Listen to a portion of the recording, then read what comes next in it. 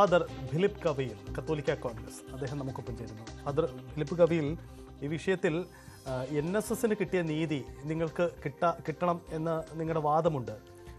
യഥാർത്ഥത്തിൽ സർക്കാർ ഇത് കാണാതെ പോകുന്നത് ബോധപൂർവമാണോ? അങ്ങനെ സംശയിക്കുന്നുണ്ടോ? എനിക്കിതിന് പറയാനുള്ളത്, കേൾക്കാമോ? കേൾക്കാം.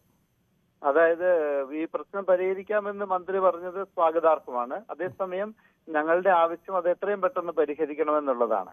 പരിഹരിക്കാം എന്ന് പറഞ്ഞ് നീട്ടിക്കൊണ്ടു പോകാതെ എത്രയും വേഗം ഈ പ്രശ്നത്തിന് പരിഹാരം കാണണം. ഇതിന്റെ അകത്ത് NSS എന്നോ കത്തോലിക്ക സഭയെന്നോ ഒന്നും അല്ല ഇതിന്റെ ഏറ്റവും പ്രധാന വിഷയം. ഏറ്റവും പ്രധാനപ്പെട്ട വിഷയം, ഇവിടെ ഒത്തിരിയേറെ അധ്യാപകര് അനീതി അനുഭവിക്കുന്നു. അവർക്ക് ജോലി ചെയ്തതിന് കൂലി ലഭിക്കുന്നില്ല. നമ്മുടെ ഒരു സാമാന്യ നീതിയാണ് ജോലി ചെയ്യുന്ന ആളുകൾക്ക് കൂലി ലഭിക്കണമെന്ന്. നിയമന അവകാശത്തിന്റെ പ്രശ്നം കൊണ്ടാണിത്. നിയമനം അംഗീകരിക്കേണ്ടത് സർക്കാരാണ്. സർക്കാർ അത് എത്രയും പെട്ടെന്ന് അംഗീകരിക്കണം. ഈ ഭിന്നശേഷി വിഭാഗത്തിൽപ്പെട്ടവർക്ക് നിയമനം കൊടുക്കുന്നതിൽ കത്തോലിക്ക മാനേജ്മെന്റിന് യാതൊരു തടസ്സവുമില്ലെന്ന് ആവർത്തിച്ച് ഇത് പറഞ്ഞിട്ടുള്ള കാര്യമാണ്. ഇന്നലെ തന്നെ ഒരു ചാനലില് നമ്മുടെ കോതമംഗലം രൂപതയുടെ മാനേജ്മെന്റിന്റെ പ്രതിനിധിയായിട്ടുള്ള ബഹുമാനപ്പെട്ട മുണ്ടയ്ക്കൽ അച്ഛൻ അത് കൃത്യമായി പറഞ്ഞായിരുന്നു. ഭിന്നശേഷി വകുപ്പിൽപ്പെട്ട ആളുകളുണ്ടെങ്കിൽ അവരുടെ ലിസ്റ്റ് സർക്കാർ തരട്ടെ, ഞങ്ങൾ അപ്പോയിന്റ് ചെയ്യാൻ തയ്യാറാണ്. അതിന് അങ്ങനത്തെ ആളുകൾ ഇല്ലെങ്കിൽ പിന്നെ നമ്മളെ കുറ്റപ്പെടുത്തിയിട്ട് കാര്യമുണ്ടോ? ഇക്കാര്യം ഇപ്പോൾ സർക്കാർ പറയുന്ന വാദം, ഇക്കാര്യം കോടതിയെ ബോധ്യപ്പെടുത്തി അനുകൂലമായി വിധി എടുക്കൂ. നിങ്ങൾ ഇത്ര നിയമനം നടത്തി, അതല്ലെങ്കിൽ നടത്തിയില്ല, അതിന്റെ സാഹചര്യം ഇതാണ്, ഇക്കാര്യം കോടതിയെ ബോധ്യപ്പെടുത്തൂ എന്നാണ് സർക്കാർ പറയുന്നത്. സാമാന്യ ബുദ്ധിക്ക് ചിന്തിച്ചാൽ ഒരു നാട്ടില് ഭരണം നടത്തുന്നത് കോടതിയാണോ സർക്കാരാണോ? എന്റെ ഒരു സംശയം ഞാൻ ചോദിക്കുകയാണ്. ഈ നാട്ടിലെ കാര്യങ്ങൾ കൃത്യമായി ക്രമീകരിക്കാൻ വേണ്ടിയാണല്ലോ സർക്കാരുകൾ ഇവിടെ ഉള്ളത്. സർക്കാർ അത് കൃത്യമായി ചെയ്യുന്നില്ലെങ്കിൽ പൗരൻ പിന്നെ കോടതിയെ സമീപിക്കുന്നത് എന്തുകൊണ്ടാണ്? ഈ പൗരന് ലഭിക്കേണ്ട നീതി സർക്കാരിന്റെ ഭാഗത്തുനിന്ന് ലഭിക്കുന്നില്ല. മറ്റൊരു വാക്കിൽ പറഞ്ഞാൽ സർക്കാരിന്റെ ഉത്തരവാദിത്വം അതിൽ ഒരു വ്യക്തതയ്ക്ക് വേണ്ടി ഒരു കാര്യം, അതായത് സർക്കാർ പറയുന്നത് കോടതിയുടെ ഉത്തരവ് തന്നെ നിശ്ചിത ശതമാനം സംവരണം വേണം എന്ന കാര്യം പറയുന്നുണ്ട്. അത് മറികടക്കാൻ, അത് നിയമനം നടന്നെങ്കിൽ അത് മറികടന്നൊരു സർക്കാരിന് തീരുമാനമെടുക്കണമെങ്കിൽ മറ്റൊരു കോടതി ഉത്തരവ് വേണം. അതൊരു സാങ്കേതിക വിഷയമാവാം. ഒരു പക്ഷേ ഈ തർക്കത്തിനപ്പുറം, ഈ തർക്കത്തിൽ നിന്നുകൊണ്ട്, അതായത് ഞങ്ങൾക്ക് ഇനി കോടതിയെ സമീപിക്കില്ല, സർക്കാർ ഉത്തരവ് തരട്ടെ, എന്നാൽ മാനേജ്മെൻറ്റുകൾ കോടതിയെ സമീപിക്കട്ടെ എന്ന് സർക്കാർ പറയുമ്പോൾ ഇതിനിടയിൽ പെട്ടുപോകുന്നത് ഒരു വിഭാഗം നിയമനം കിട്ടിയ അധ്യാപകരാണ്, ശമ്പളമില്ലാതെ നിൽക്കുന്നവരാണ്. അപ്പോൾ ഈ വിഷയത്തിൽ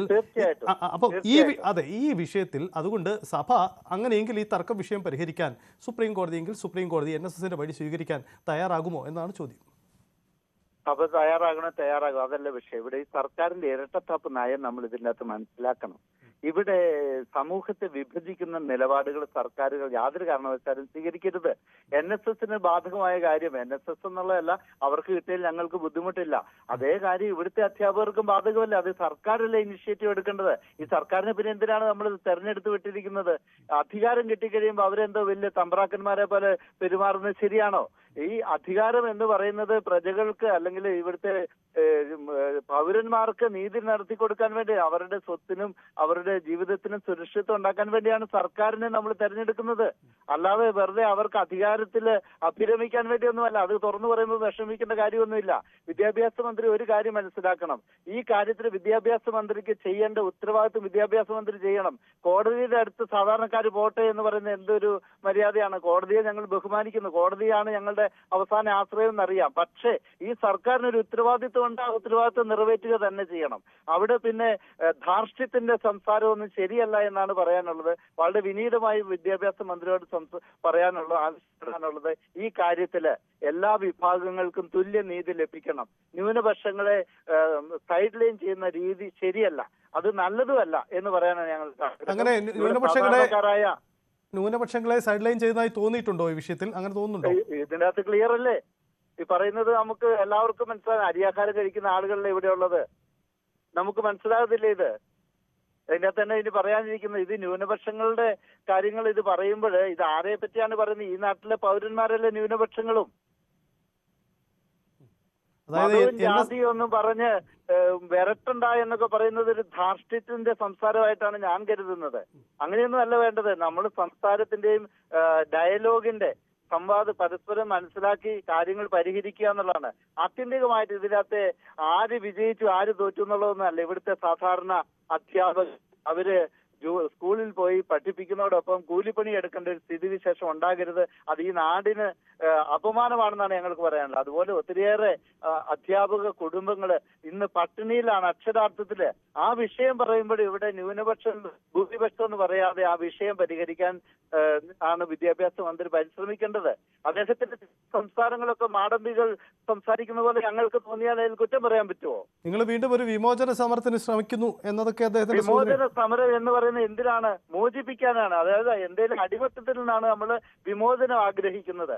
ഇത്തരം ഭരണാധികാരികള് ഈ നാട്ടിലെ ആളുകളുടെ സ്വാതന്ത്ര്യത്തെ, അഭിപ്രായത്തെ മാനിക്കാതെ അവർക്ക് ലഭിക്കേണ്ട നീതി നടത്താതിരുന്നു കഴിഞ്ഞാൽ ആ നീതി ലഭിക്കാൻ വേണ്ടി ഞങ്ങൾ സമരം ചെയ്യേണ്ടി വരും. അതിന് നിങ്ങൾക്ക് വിമോചന സമരം എന്ന് വിളിക്കാം, അല്ലെങ്കിൽ അവകാശ സമരം എന്ന് വിളിക്കാം. ഞങ്ങൾ തന്നെ ഇത് ഉടനെ ഒരു യാത്ര നടത്താൻ പോകും. ഈ വിഷയങ്ങളൊക്കെ ജനങ്ങളെ ഞങ്ങൾ ബോധ്യപ്പെടുത്തും. ഈ വിവേചനം ഞങ്ങൾ പൊതുജനത്തിന് മുമ്പിൽ തുറന്നു കാണിക്കും. അതുകൊണ്ട് നമ്മൾ സംസാരിക്കുമ്പോൾ മാന്യതയുടെ ഭാഷയാണ് എപ്പോഴും ഉപയോഗിക്കേണ്ടത്. അല്ലാതെ പേടിപ്പിക്കുന്ന, ധാർഷ്ട്യം കലർന്ന, അധികാരത്തിന്റെ ഗർവ് കലർന്ന ഭാഷ ഉപയോഗിച്ചാൽ അത് ഒരിക്കലും ഗുണകരമായിരിക്കില്ല. അത് ഏത് ഗവൺമെന്റിനും ബാധകമാണ്. കാലാകാലങ്ങളിൽ നമ്മൾ ചരിത്രം പരിശോധിച്ചാൽ അത് മനസ്സിലാക്കും.